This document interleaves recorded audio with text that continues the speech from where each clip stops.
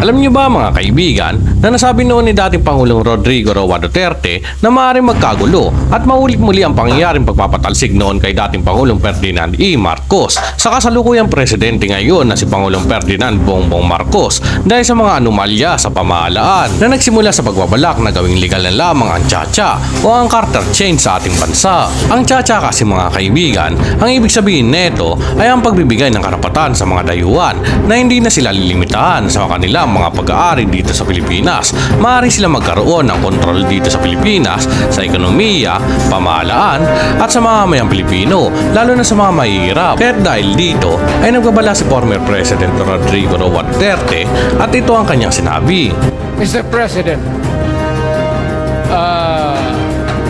Ma'am Lisa Araneta Marcos, hindi ninyo ako kalaban.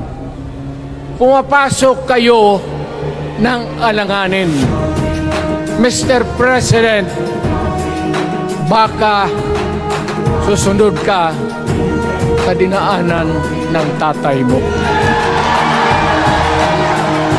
Diyan ako takot. Ayaw ko mangyari sa iyo yan. Pabor lang ako namang nagmamakaawa kasi it will divide the nation at magdugo itong panahon na ito. Bakit pumasok sa utak ninyo yung People's Initiative? Anong nakain ninyo? There's nothing wrong with the Constitution right now.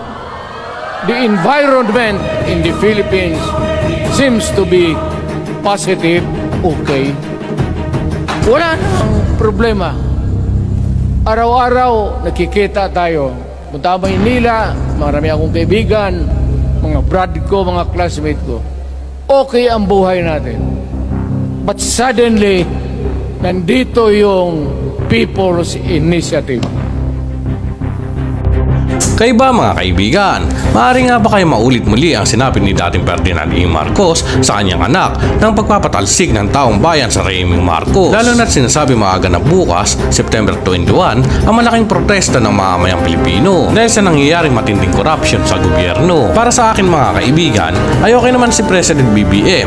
Ang problema lang ay masyado siya nagtiwala at pinabayaan ang pera ng taong bayan sa kanyang mga kalyado. Naanimoy hinayaan niya sa kung anong gusto o balak gawin ng kanyang mga kalyado sa Pilipinas. Masyado siyang nagtiwala at naging mabait. Tandaan natin, ang iyong kamag-anak na iyong tauhan ay hindi yan takot gumawa ng kalokohan dahil alam niyang siya ay iyong mapapatawad at mabibigyan pa ng pagkakataon.